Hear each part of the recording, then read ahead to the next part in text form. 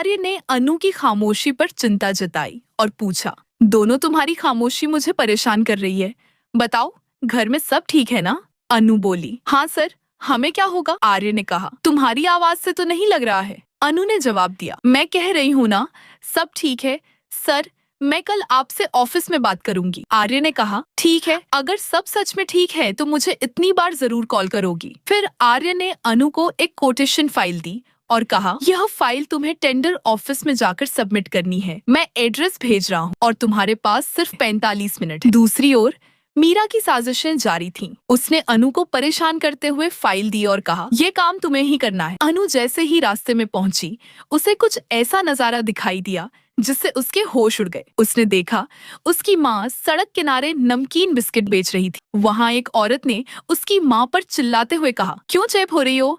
मैं नहीं लेना चाहती। ये सब देखकर अनु की आंखें भर आईं। वह गहरी तकलीफ में डूब गई। दरअसल जब से गोपाल जी की दुकान जली है, तब से इस परिवार की परेशानियां बढ़ गई हैं और यह सब किसी हादसे से नहीं बल्कि रघु और टकला की साजिश का नतीजा था। उन्होंने जानबूझकर दुकान में आग लगाई थी। दुकान के जलने के बाद गोपाल जी टूट चुके थे। अनु और पुष्पा जी उन्हें घर ले आईं, लेकिन वह अब भी दुकान की चिंता में डूबे थे। उसी वक्त टकला वहां आ गया और बोला, वाह, मेरी दुकान जलाकर यहाँ घर में आराम से बैठे हो, मैं तुम्हें ऐसे नहीं छोड़ूंगा। गोपाल जी ने माफी मांगी, पर टकला बोला, इतनी आसानी से नहीं, तुम्हारी वजह से मेरा लाखों का नुकसान हुआ है। उसी समय पुलिस के सायरन की आवाज सुनाई दी। पुष्पा जी बोली, पुलिस?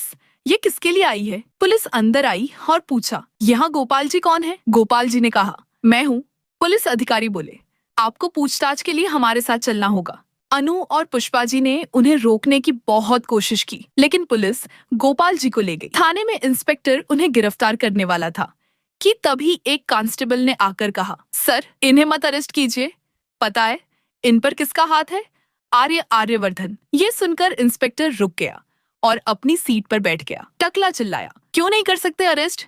इन्होंने ही मेरी दुकान जलाई है। इंस्पेक्टर बोला, पता नहीं इनका इतने बड़े आदमी से क्या रिश्ता है। ये सुनकर गोपाल जी को बहुत बुरा लगा। उन्होंने कहा, कोई नहीं आएगा हमारे लिए, हम खुद सब संभालेंगे।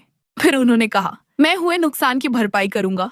अनु ने पूछा, इंश्योरेंस कराया था ना? गोपाल जी बोले, हाँ, 45 लाख का इंश्योरेंस है, लेकिन 5 लाख एक्स्ट्रा का नुकसान हुआ है। अनु ने कहा, वो 5 लाख मैं दूंगी। घर लौटने के बाद अनु बार बार आर्य की कॉल्स को नजरअंदाज करती रही।